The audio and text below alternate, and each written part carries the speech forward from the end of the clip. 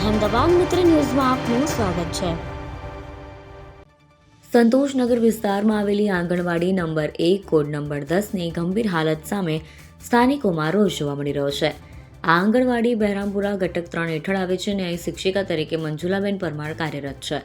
હાલમાં આંગણવાડી પાસે પૂરતી જગ્યા ન હોવાના કારણે નાના બાળકોને ભણવા માટે રસ્તા પર બેસવાની ફરજ પડી રહી છે, જે બાળકોના શિક્ષણ અને સલામતી બંને માટે ચિંતાજનક બાબત છે। નોંધનીય છે કે આંગણવાડી અહેમદાબાદ મ્યુનિસિપલ કોર્પોરેશનની પાણીની ટાંકીવાળી ચાલીમાં આવેલા એક ખાનગી મકાનના ભાડાના ઘરમાં ચાલી રહી છે।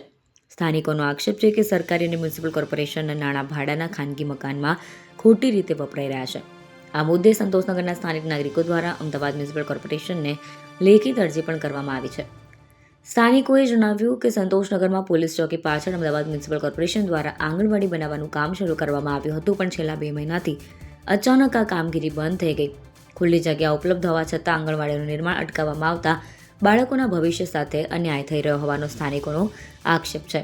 સંતોષનગરના સૌ ધર્મ અને સમાજના બાળકોના ઉજ્જવળ ભવિષ્ય માટે સ્થાનિકોએ અમદાવાદ મ્યુનિસિપલ કોર્પોરેશનને નમ્ર વિનંતી કરી છે કે બંધ પડેલું આંગણવાડીનું નિર્માણ કાર્ય તાત્કાલિક ફરી શરૂ કરવામાં આવે અને બાળકોને યોગ્ય તથા સુરક્ષિત ભણતર માટે વ્યવસ્થા ઊભી કરવામાં આવે।